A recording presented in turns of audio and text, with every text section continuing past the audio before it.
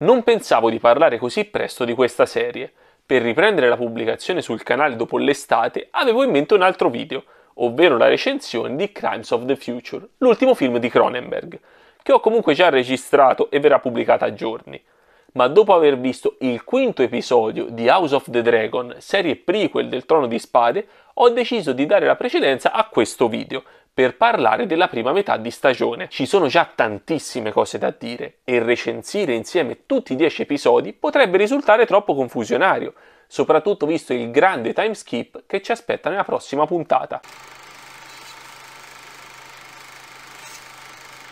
Prima di entrare nel vivo della recensione, direi di spendere brevemente qualche parola senza fare spoiler. Per quei pochi che non la conoscessero, House of the Dragon è ambientata circa 200 anni prima del Trono di Spade e racconta gli eventi legati alla casata Targaryen. In queste 5 puntate finora uscite è possibile trovare un ritorno a degli aspetti che tanto mi erano piaciuti nella serie principale. Questa prima metà di stagione è estremamente lenta, quasi totalmente priva di azione. Si prende il suo tempo per raccontarci al meglio i personaggi e le dinamiche che ruotano attorno al Trono di Spade. Fulcro della serie sono proprio i sotterfugi e le manipolazioni che dominano a palazzo, soprattutto in seguito all'erede scelto da Re Viserys per la successione al governo. I protagonisti si muovono tra stanze reali, tornei e lussuosi banchetti, ciascuno cercando di raggiungere i propri scopi ed ottenere sempre più potere.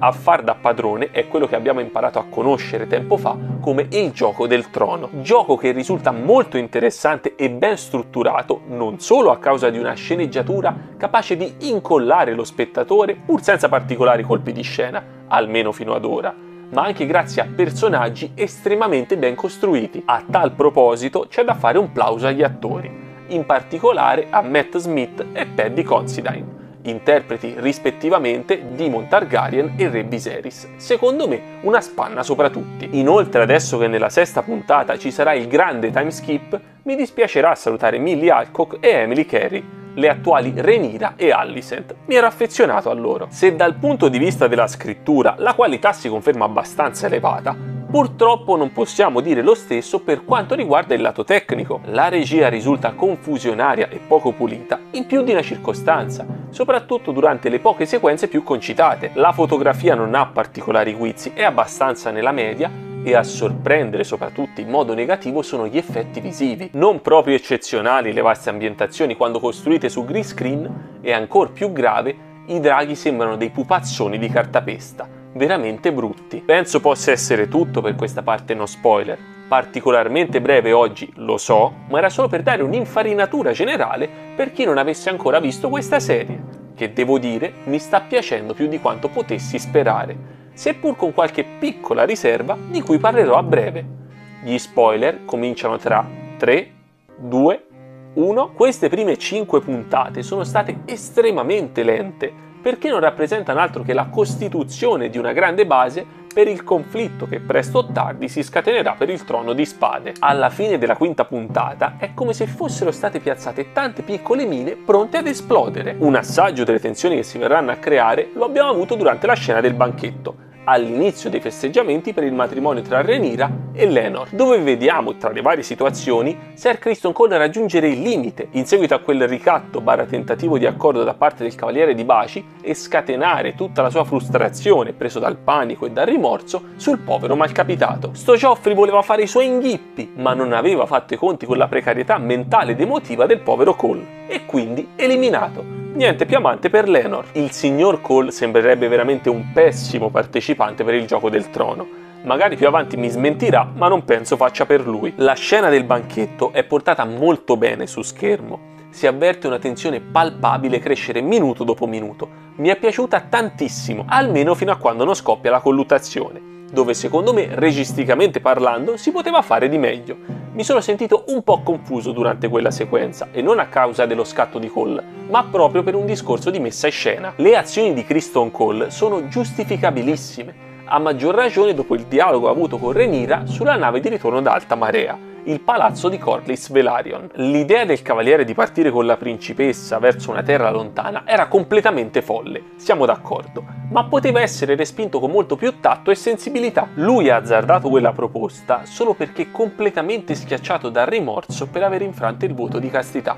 Nemmeno è davvero innamorato di Rhaenyra, crede solo che sposandola possa in qualche modo porre rimedio alle sue azioni, ripulire in un certo senso il suo onore, simbolicamente rappresentato dalla cappa bianca, sulla quale la macchina da presa si sofferma insistentemente nel quarto episodio mentre i due si stanno spogliando, ormai macchiata da quel momento di debolezza. Rhaenyra tutto questo non riesce minimamente a capirlo, gli risponde in malo modo, quasi lo schernisce e cerca di incastrarlo in una situazione per lui intollerabile. Non so se è stata solo una mia impressione e di mia sorella che stava guardando la puntata con me, ma a noi è sembrato che alla fine del discorso Rhaenyra stesse quasi per dire a Cole della profezia. Ora, questa storia della daga fatta in acciaio di Valyria e delle scritte che vi sono incise, questo segreto che i Targaryen si tramandano da generazioni, è l'unico collegamento che di fatto abbiamo con quello che succede nel Trono di Spade. Dietro la sceneggiatura di questa serie c'è anche George Martin, l'ideatore del mondo di Game of Thrones. Quindi penso che questa cosa di voler inserire la profezia, che negli scritti sulla danza dei draghi non esiste, non c'è, sia voluta dallo stesso George Martin perché in qualche modo vuole confermare ai fan che il finale dei suoi libri sarà diverso da quello della serie e che alla fine questa storia del prescelto avrà davvero a che fare con la sconfitta del Re della Notte. In poche parole ci stanno dicendo che il finale della serie è stato una sorta di retcon. Comunque, tornando alla serie, non ci si può di certo aspettare che la principessa agisca con giudizio. È pur sempre una ragazzina dal carattere estremamente impulsivo, ma il problema è l'eccessiva sicurezza che nutre verso se stessa. Ancora non ha capito la scomoda situazione in cui si trova. Pensa davvero che riuscirà a salire sul trono di spade senza problemi,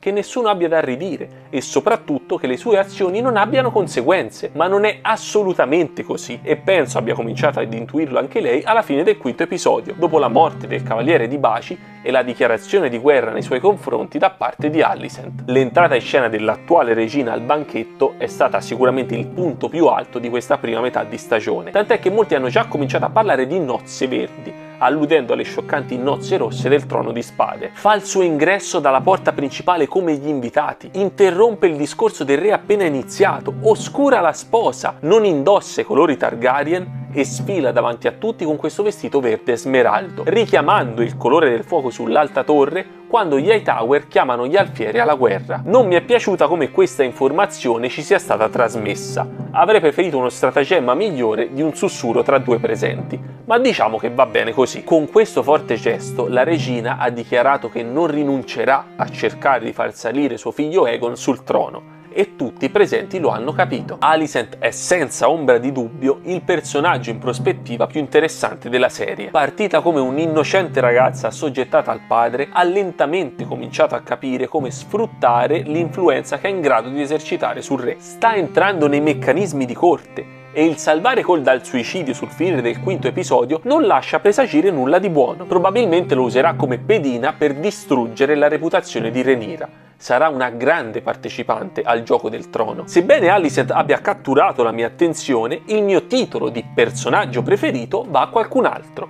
E no, non mi riferisco a Daemon, io stravedo completamente per Viserys. Un personaggio veramente magnifico. Quest'uomo mediocre, costretto a prendere difficili decisioni talvolta terribili, come quella in occasione della morte della sua prima moglie durante il parto, a causa della posizione che occupa. Totalmente inadatto a ricoprire la carica di re, Viserys viene consumato dalle pressioni che il regno esercita su di lui. La misteriosa malattia che lo sta lentamente portando alla morte non ne è che la rappresentazione fisica. C'è una scena nel quinto episodio che incarna la massima espressione di questo personaggio. Mi riferisco a quando Re Viserys, stanco, malato, quasi moribondo, stremato dal viaggio a Driftmark, ha una conversazione nelle sue stanze davanti al caminetto con il primo cavaliere. Vediamo un uomo distrutto dalla sua malattia, conscio del sopraggiungere della morte, che parla dei propri rimpianti. Non avendo compiuto grandi gesta durante il suo operato, si chiede che tipo di re e che tipo di uomo avrebbe potuto essere in diverse circostanze. La risposta del primo cavaliere, chi viene messo alla prova vorrebbe che gli fosse stato risparmiato, è una velata allusione al fatto che sia stato meglio per Viserys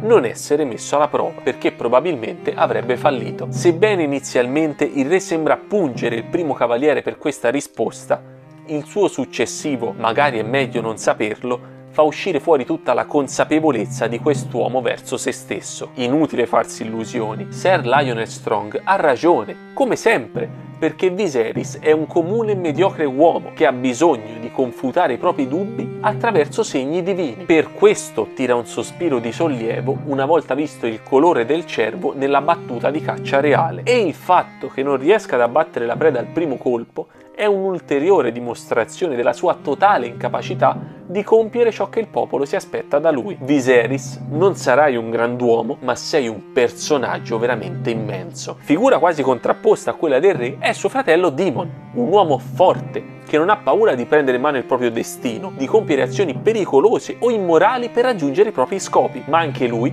totalmente inadatto a governare, troppo impulsivo, violento, ma soprattutto imprevedibile. Non è una persona sulla quale si possa fare il minimo affidamento, figurarsi metterlo sul trono. È proprio a causa di questa sua imprevedibilità che Daemon risulta così efficace in scena. Ogni volta che appare su schermo non sai mai quello che potrebbe fare e la tensione sale alle stelle, un po' come succede con Patriota in The Boys. Un ulteriore esempio lo abbiamo avuto all'inizio del quinto episodio, dove facciamo la conoscenza della tanto decantata moglie di Daemon. Ci viene presentata una donna che non rispecchia assolutamente tutto ciò che finora avevamo udito di lei. È bella, in gamba, in grado di tenere testa al marito. Sembrerebbe proprio essere un bel personaggio. Ci si para davanti questa figura incappucciata che sappiamo subito essere Daemon ancor prima di vederlo in volto e la uccide senza proferire parola. Sempre più fuori controllo. L'unica cosa su cui possiamo essere certi quando parliamo di lui è il forte rapporto che ha con la nipote Rhaenyra, come possiamo notare sin dal primo episodio. Anche le loro conversazioni in valiriano sono una testimonianza di quanto siano vicini. I due sono molto simili, probabilmente per questo hanno una tale affinità.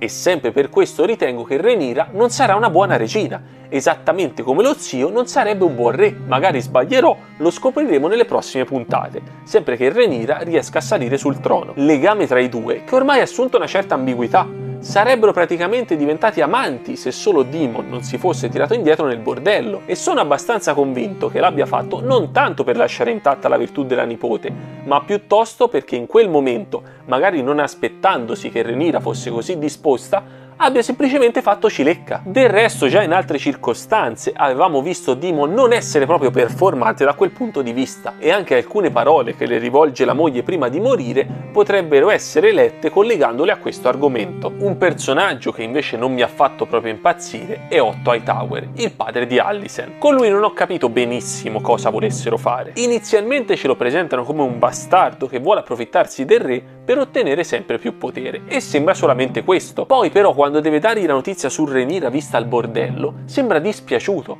Lo rappresentano in modo quasi ambiguo, con questa inquadratura dall'alto fissa sul volto che tira un lungo sospiro, questo taglio di luce particolare, come fosse preda di un dilemma interiore. In più, prima di partire da approdo del re perché cacciato da Viserys, durante il dialogo che ha con la figlia, sembra che lui voglia davvero il meglio per il regno. Ma signor Otto, è inutile che ora dice ad Alicent che il popolo non accetterà mai Rhaenyra come erede adesso che c'è Aegon e quindi il piccolo rischia fortemente la vita. Sei tu che hai costretto tua figlia in questa scomodissima situazione. È colpa tua.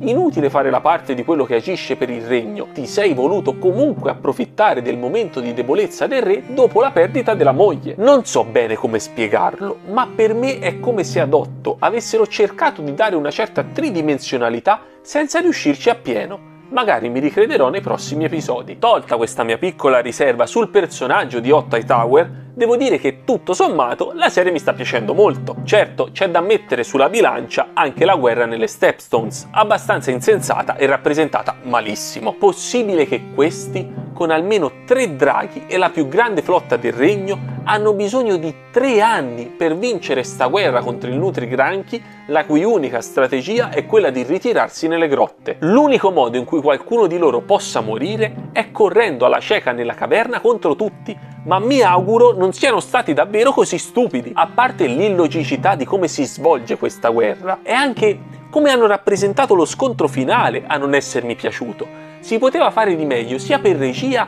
che montaggio, è tutto molto confusionario, caotico. Spero che per i prossimi scontri abbiano raddrizzato il tiro. Adesso ci sarà il time skip con il ricambio attoriale di cui eravamo consapevoli fin dall'inizio della serie. L'ultima cosa che abbiamo visto nel quinto episodio è Re Viserys accasciarsi a terra subito dopo quel matrimonio improvvisato. Credo che non sia ancora morto e lo ritroveremo vivo almeno per la sesta puntata. Non vedo il senso di farlo morire quando Aegon è ancora troppo piccolo per contestare il trono a Rhaenyra. Sono molto curioso di vedere come la serie andrà avanti. Le basi per tirare fuori un prodotto estremamente valido ci sono tutte. Non ci resta che tenere le dita incrociate e goderci la seconda metà di stagione. Ne parlerò sicuramente una volta visionata.